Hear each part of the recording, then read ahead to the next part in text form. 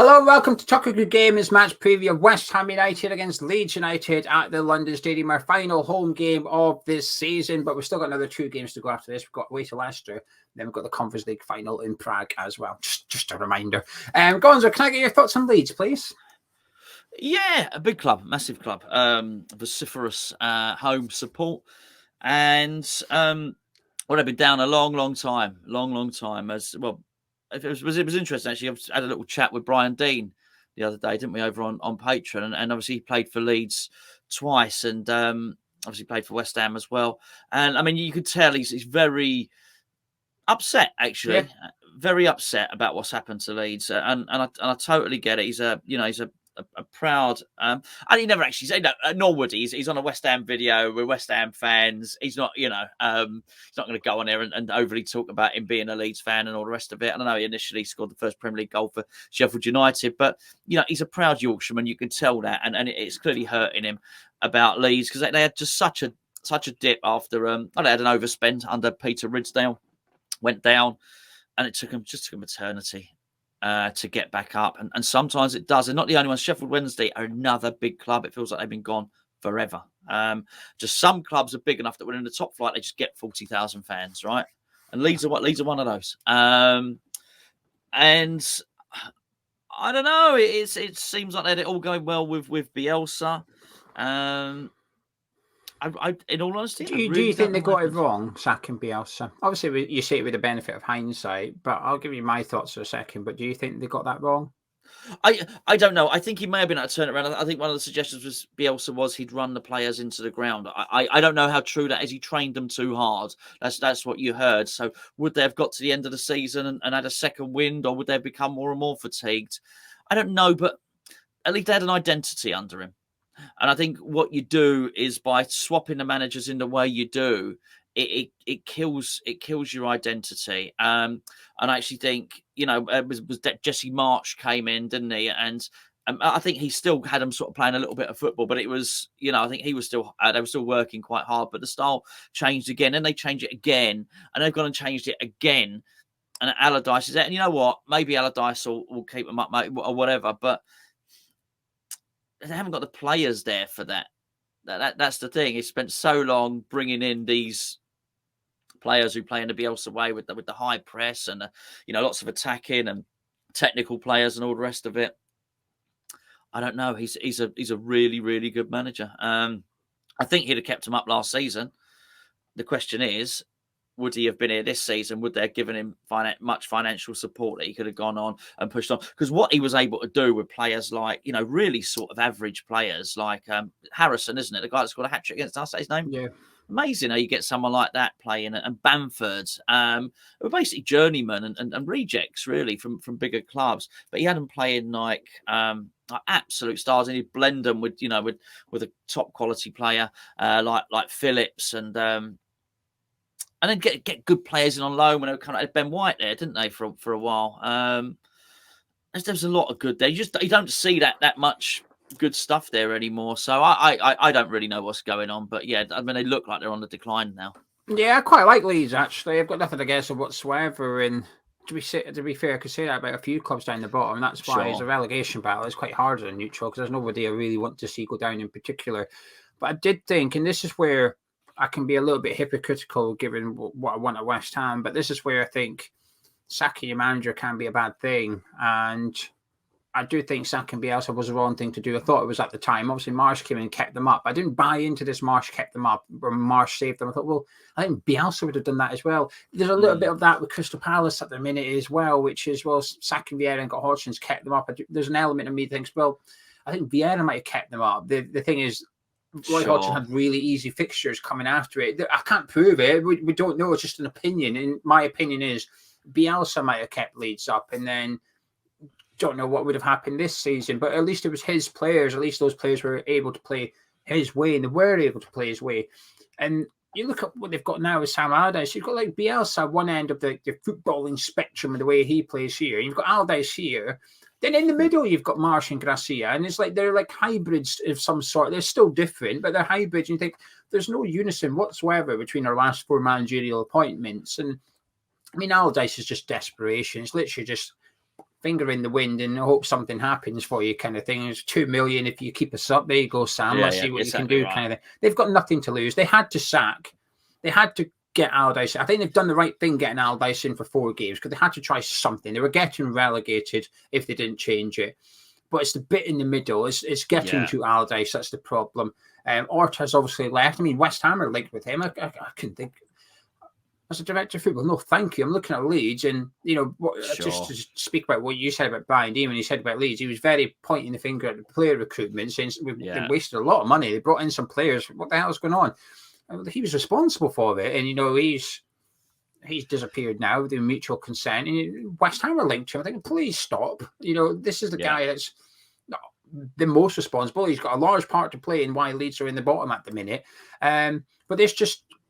I think Leeds United and Southampton are the 2 clubs that justify what David Sullivan has done this season. Now, obviously, getting to the Conference League final is justified as well. However, even before that, Leeds and Southampton chopping and changing managers, getting it wrong, sacking your manager is only half the problem. You've still got another half, which is who do you then go and get? Sure. And if you're not very good at recruiting managers, I think sometimes perhaps it is better the devil you know kind of thing. Yeah. And I think Leeds should have done that with Bielsa. I think Bielsa would have kept them up, and I don't know, they might have still been in the problem this season, but I do think you go back to then, I think that's where it changed for them. But I guess the big question is, do you think they will get relegated, Gonzo? Well, I'm just looking at the matches here, actually, Geo. Look, they've got us and they've got Tottenham. Tottenham have still got something to play for. They really do. Tottenham have. I'm guessing they're going to want European football. Tottenham are only. I know there's a game in hand to deal with. Tottenham are in 7th.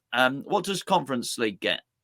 7th. So they've got Conference League. Brighton are only a point ahead of them. Obviously, they can't catch Liverpool. They've got it. They're going to be going into the last game, wanting to win. I'm pretty damn sure of that. Leicester, I think, are gone. I have to say that. I really do think they're in it. So it's really about them finishing above Everton. Well, you know what? Everton have got Wolves and Bournemouth. Or Forest. Leeds have got a better goal difference than Forest. Yeah, but Forest have got much easier games. As I'm just looking at it now, Forest. Yeah, well, actually, Forest have got Arsenal, haven't they? Oh, okay, interesting.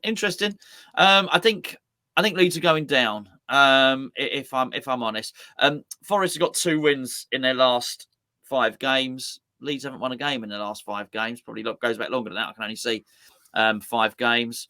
Everton have got a bit of an easier run in. Yeah, I think it's going to be tough. I think it's going to be tough for Leeds. I think they'll go down, Gio. Yeah.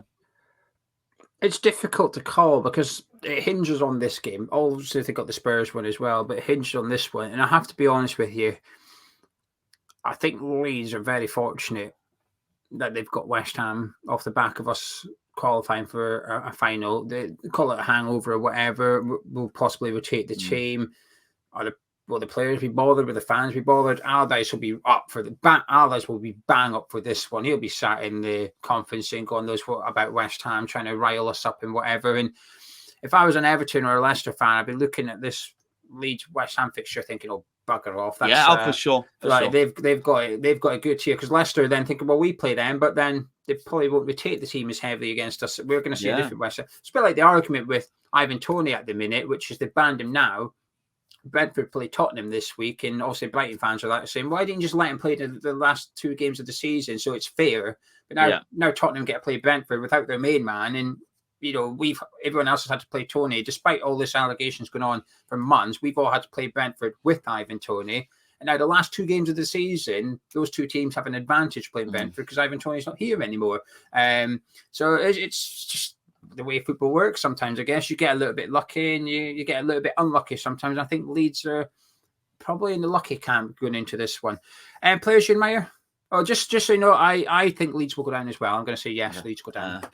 No, not loads, to be honest with you, Gio. Nonto as really, I think is impressive. I've been disappointed. Heard a lot of hype from Weston McKennie and Firpo. That I've not seen it when I've seen them play. A lot from that Weston McKennie. A lot of hype.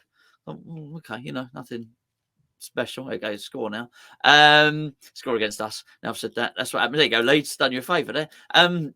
1-0 Leeds, McKennie 1-0 goal. Leeds, Weston McKennie. There you go. That'll happen. You haven't seen her play much. Whenever I've seen I've got Adams. I've got a guy, Tyler Adams. Tyler Adams, yeah. Whenever I've seen him play, comfortable on the ball, good centre of gravity, looks really, really comfortable. I look at him, I think, okay, but I had a little look before we, did the preview here. See, don't really play very much. I don't know if he's injured or whatever, but he caught my eye. Is what I'm. Oh, is he? Oh, right. Okay, fine.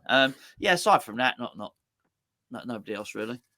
Yeah, I mean, I can't disagree, actually. There's a few players I do like, but they're not really performing. I think Melly was a top keeper a couple of seasons ago. He's been dreadful the last few months. Obviously, he's taken out the team now by Allardyce, but understandably so. He's just been a ghost of a keeper. He just looks timid. He doesn't want to be on the pitch. He looks scared. I think there was a stat at one point when Leeds got hammered. I think he'd conceded his last 11 shots on target or something. I mean, no keeper wants that as a statistic, do you?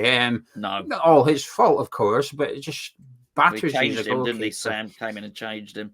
Yeah, I actually quite like Harrison. And I know what you're saying about sort of picking up an average player. So I think he's a bit better than that. I do think he's a good player, Harrison. Limited, but I like him.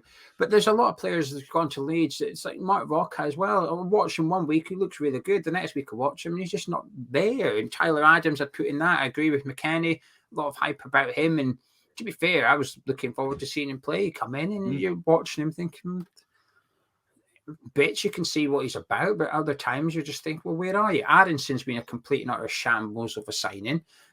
Again, when the penalty kicked off the start of the season, he looked like he had a little bit about him kind of thing. He's just dived off a cliff. Bamford is...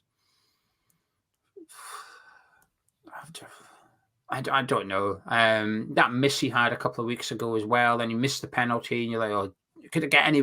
I always think Bamford's at rock bottom, and somehow it gets worse for him. And I feel a little bit sorry for him, actually. You can see he cares. You can see he's upset about it. It's just not working for him. Rodrigo has spells, but again, it's purple patches. 1 minute he looks good, the next he doesn't. And they've got a couple of other good youngsters. Obviously, Nonto's the main one. I'm just going to echo what Gonzo said.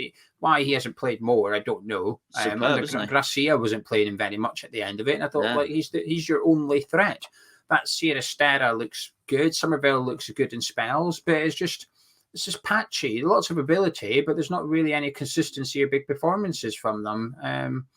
Unfortunately, not much in terms of players in my area. I have to agree with you on that one. Right, shall we talk about West Ham? Yes.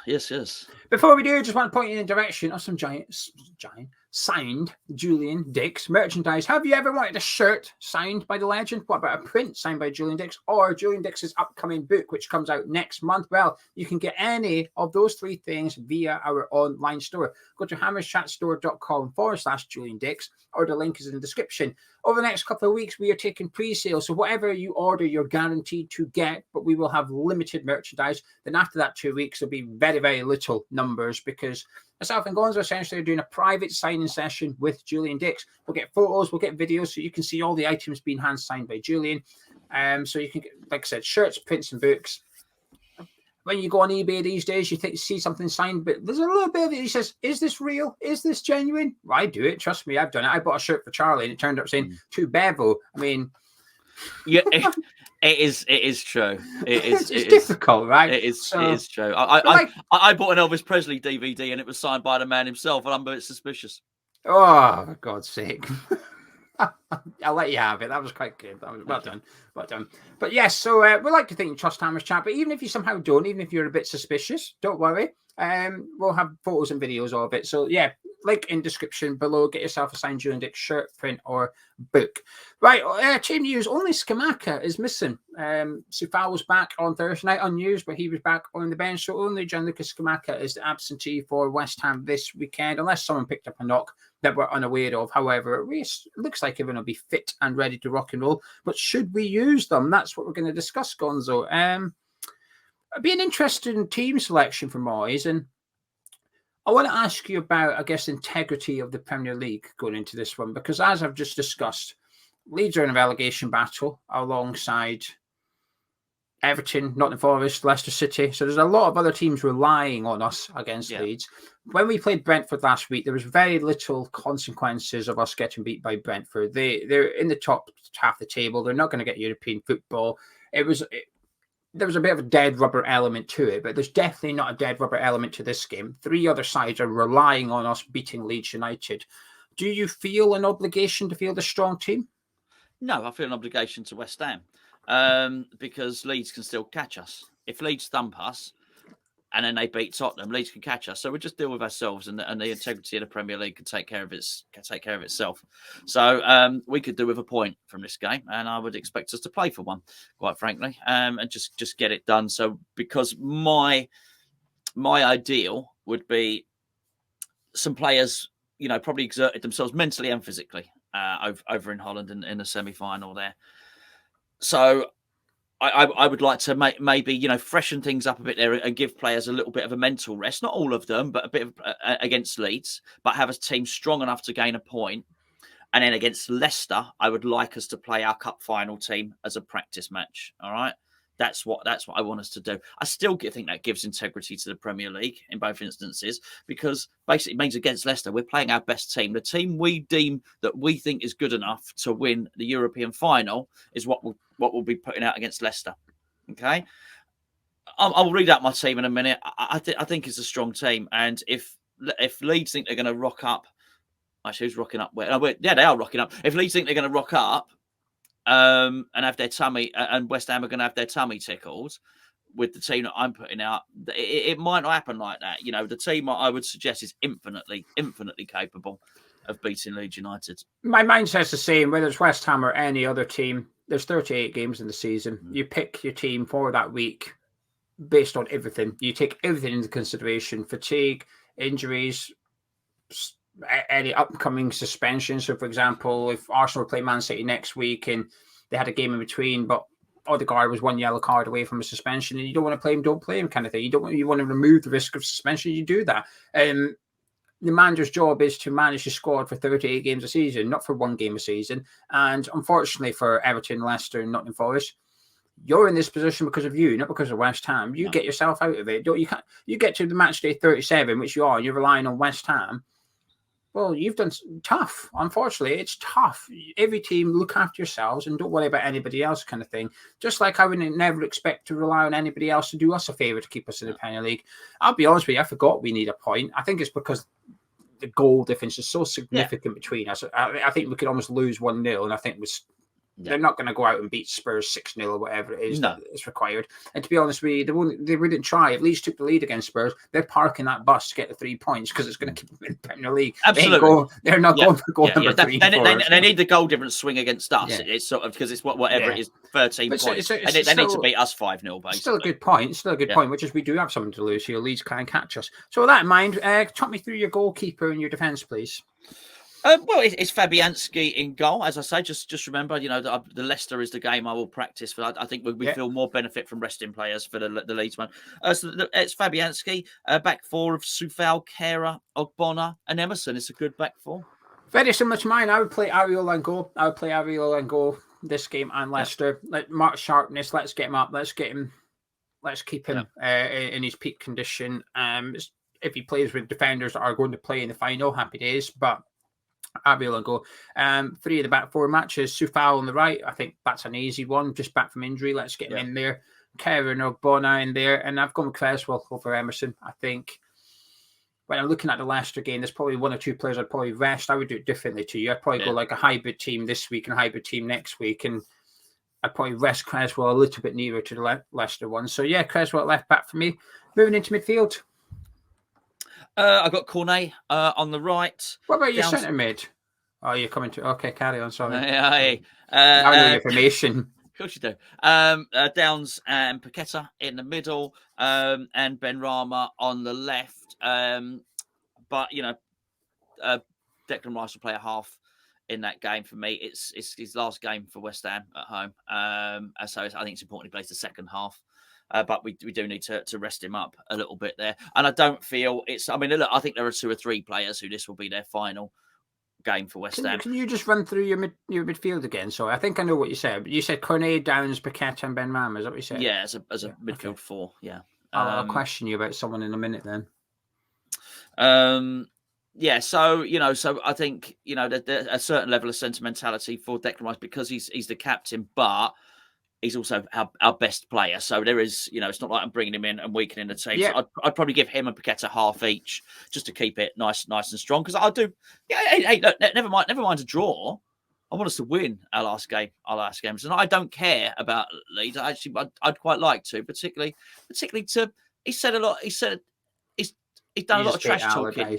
Yeah, he's done a lot of trash talking over the years. And I don't forget it. As you won't be surprised to know, Geo. I mean, the first time he rocked up and he said West Ham have got a soft underbelly, he started slagging off the club. It's what he said. I used to come here as a player and we always used to know it was an easy game against West Ham. We used to rock up here and we used to win and we used to go away with the points. If you remember on the forum, when we were doing the forum and we used to research everything that was said, and it was on hammerschat.com, by the way. We're going to check out, join a forum. On the forum, and we actually researched it, and it turned out he'd never actually won as a player. I think it was at Notts County. I think he played for Millwall. I can't remember exactly. All these times he used to come at West Ham and win. He'd been to West Ham once and got a draw. He lied. He just lied. You blatantly lied, right? And then he'd basically say, the club's got a soft underbelly. He might have had a point there, to be fair. And then when it was Bobby Moore's, the anniversary of Bobby Moore, and then they were asked, he was West Ham manager. So I always remember Bobby Moore as a Fulham player. He knew what he was doing. The ear cupping, all the stuff. He hated the fans. So, I mean, if you're going to do that and you're going to basically call people out, which is what you did, and basically paint a target on your back, you can't be disappointed that when you go back with another team, that actually those fans are going to be motivated to beat you. So, yeah, I want us to beat Leeds, no doubt about it. Amen. He'll always remember Pablo Fornals as a Villarreal player, Will Allardyce. That's right. That's right. Yeah. Downs and Rice in midfield for me. The reason I'm starting Rice is so we can get subbed off. Yeah. So we can get his standing ovation and that makes more sense than my one. Actually, hopefully not wave. I don't want a proper bye, Geo, but I hope he gets his standing ovation. And I think there's parts of me. I'm still not convinced he's leaving. I've accepted he's leaving, but there's parts of me. When you see the footage after the final, he's singing Bubbles with the fans and stuff, and you're thinking it is possible for him to want to leave but love the club. And I think that's the reality of it. But he does really love this club, and there's probably a part of me that just thinks, is he okay? Part of me still believes, Gonzo, that he'd be okay with another year. If he gets his move, brilliant, he'll take it. But if he has to do another year at West Ham, it's probably not the end of the world for him, as long as we win the Conference League because we've got European football again. I think he might be okay with that. But I think we have to assume that Sunday is his last home game, and I think we should do that. Like you say, give him the standing ovation, rest him up a bit as well, but just take him off the pitch. And I don't know how sentimental we can be. Can we sub on Lewis Orford or Potts to replace him? Can we put an academy player on to replace him just to really make it really romantic? Well, it'd have to be Lanzini, wouldn't it? Because he's going, I think. Yeah, that's a good point. Then say they get a deal. Bloody hell, a lot of players' last home games on Sunday. That's what I'm saying. Yeah, so we don't want to be too much because we want to possibly get Fabianski, Ogbonna, Soufal, Lanzini, Declan. Yeah, I mean, Creswell's still not, he'll sign a new deal, but he's not I think he's fine. Yeah, which, talking of long terms. I mean, it may well be that Ings is not here next season, but it's not the same because he's not been here long. It's not the same thing. My attacking midfield three: Kearney on the right, Ben Ram on the left, and I can't believe you've not included him unless you're playing him strikers. Pablo Fornals. How you cannot play Fornals after what he's done, I do not know. Fornals is the first name on the team sheet for me. Give him a start in the number 10 position, in his best position. Put him out there, because when his name's read out, that place is going to erupt on Sunday. Let him feel the love of the home fans. We don't want him reading out the bench and go, oh, number 8, Pablo. Hey, no, none of that. Starting 11. Here's your starting 11. Number 8, Fornals, and let everybody erupt. Let him come out, do the handshakes or whatever, and when he runs out onto the pitch, he's clapping the fans and everyone's clapping him. Let him have that love from the rest of it, because you know what, you're right. I'm going to change. I'll have to change my formation because you can't play Fornals in the 4-4-2. There's no position for him. Were you going to go Mubama and Ings up front? Yeah. But you're right. You're absolutely right. He's got to start for now. He has to. Yeah. Okay, I'll drop Ings. So I'll play Fornals in behind Mubama. Me too. I completely agree with that. Mubama up front for me. Are you confident for this one? Well, not worried for obvious reasons. You've got the comfort blanket of a European final. What can you say? So I'm not worried. Yeah, I think there's a lot. I mean, I'm listening to a lot of stuff. With the benefit of lots of Hammer's Chat platforms, so we get to read a lot of comments, don't we? And obviously we have the benefit of away fans coming in and other people. A lot of comments, even last night, Gio, you would have noticed. Leicester fans, Everton fans saying, "Great, well done, guys. Can you make sure you beat Leeds, please?" So there's a lot of that. There's a lot of nice messages, but there's a lot of assumption we're just going to lose against Leeds, and a lot of that is from some of those fans who I mentioned. Some of it from Leeds fans. You know, and I'm looking. I think some of them are thinking, "Hey, we've got this one in the bag there," and I'm not so sure. I am not so sure at all. I do think they're going to be full of energy. I do think they're going to be fired up. But here's the. It's all very interesting in the psychology of sport. Here's the negative of that. If those players have bought into that, if that's Allardyce's selling point, which is, come on, boys, you can get in there. We can beat this lot. It's not like they're mentally on the beach. I mean, whatever. They're mentally in Prague. They're thinking of silverware. They're not ready to roll their sleeves up and scrap in the Premier League. They're not this. They got a soft underbelly. They're this, that, and the other. It's Declan Rice's last game. It's their last home game of the season. They've got a little awards ceremony planned for the end of it. But Allardyce will be giving it all of that to the Leeds fans. We're going to go out there and we're going to show them what's what. We're going to give it the old Yorkshire grit, and we're going to give them, blah blah blah, all of this stuff. That's all well and good, but if they go a goal behind, they're sort of screwed, really. Hold on, Gaffer. You didn't say this was going to happen. And whatever happens, we've got a really good defence. Even if he chooses that defence, my defence, your defence, whatever it is, he's still got some really good defenders there who are going to have to play against Patrick Bamford. So, I mean, best will in the world. There's 2-0 Leeds, McKennie and Bamford. Yeah, but I mean, they might do, and I think possibly Leeds might even be the favourites for it. Quite possibly. But I'm not reading into this guaranteed Leeds win. No, so I'm not worried about it at all. I think West Ham are infinitely capable of drawing or winning this game. All the pressure's on Leeds. There's no pressure on West Ham on Sunday, none whatsoever. When they interview Allardyce, how are you going to get the win? You need the win. Blah blah blah. When they interview Moyes, how's the boys feeling? Oh, they're buzzing. Yeah. We're looking forward to Prague. There'll be very little questions about, how are you going to turn your attention to Leeds? Oh, easy. Don't worry about it. And when you see all the footage from the semi-final win, Lanzini, Ben Johnson, players that didn't even play a minute in that semi-final, they're all bouncing around, celebrating, singing and stuff. The morale at the minute is through the roof. Moyes can make as many changes as he wants. The players coming in are feeling good right now. I'm feeling optimistic, actually. I'm not that bothered about the result. I find it difficult to care. I can't stop thinking about the final. I'm still on a high from last night. It's difficult to turn my attentions to the Leeds game. I'll probably do it Sunday morning. And as soon as full-time whistle goes, even if we win, I'll switch off and start thinking about the final again. I won't even think about Leicester until the following Sunday morning. It's difficult to think about the Leeds game.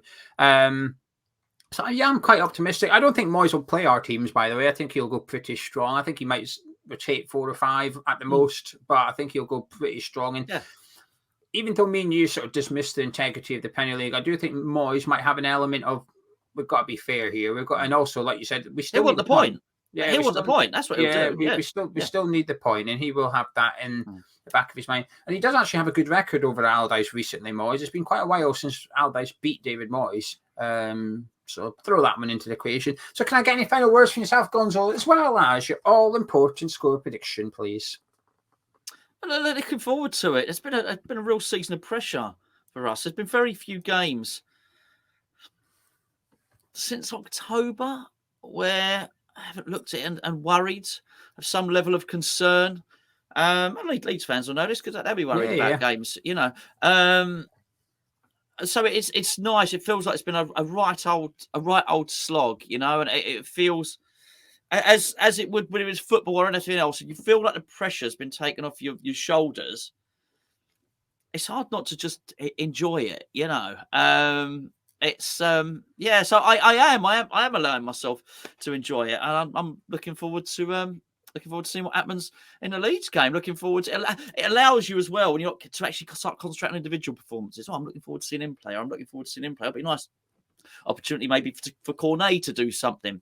And those are lovely things to be able to think when you're supporting a club, because it does really mean the pressure's off. You're not worried about the points. You're not worried about this, that, and the other. So I think it's really good. I think Leeds will be up for it.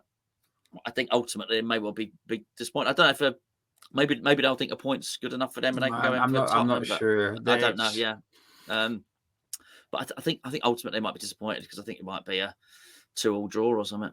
Yeah, I think Leeds need to win. I think the Leeds know they need to win as well. They're a point behind Everton, 3 points behind Nottingham Forest, and then they've also got Leicester just behind them as well. So if Leicester somehow win, then it's a case of, no, there's someone else now that is we're going to have to leap for. Leeds need 3 points. I think so. That points worthless. It's not in their hands anyway, but if they win it, they possibly go into that Tottenham game with it in their hands, because do Everton win this weekend? Do Nottingham Forest win this weekend? All it takes is Forest to lose and Everton to draw, and suddenly Leeds are now we're in the driving seat. We're above both of these teams, and going to that Tottenham game, a point might be enough. So I think there's pressure on them, but there's none on us. Even Mubama, let's give him half an hour at the London Stadium. He got it against Brentford. Let's get him at the London Stadium as well.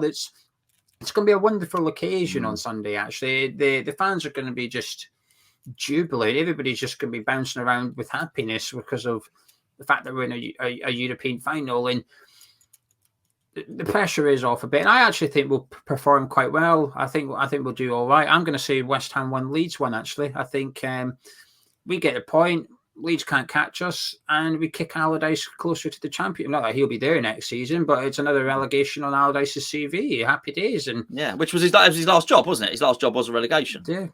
So, like you said, he always used to celebrate not failing. Well, you can't do that now. You failed twice now, so there's your CV. And Moisey's going to have a trophy at the end of it. Imagine that. Yeah, wow. Well, good finish. Good end to the video, that. King of the old school British managers like Pulis and all that. Moyes is king because he's got European. The rest of you. So Moyes is now king of the old school British managers. We'll leave it there. If you enjoyed this preview, please do drop a like on it. Subscribe to Hammers Chat. And if you fancy getting yourself a signed Julian Dicks shirt, print, or a book, please check out the link in the description or go to hammerschatstore.com/Julian Dicks. Pre-order it now. You've got about 2 weeks. And then once they're gone, they're gone. Catch you in a bit.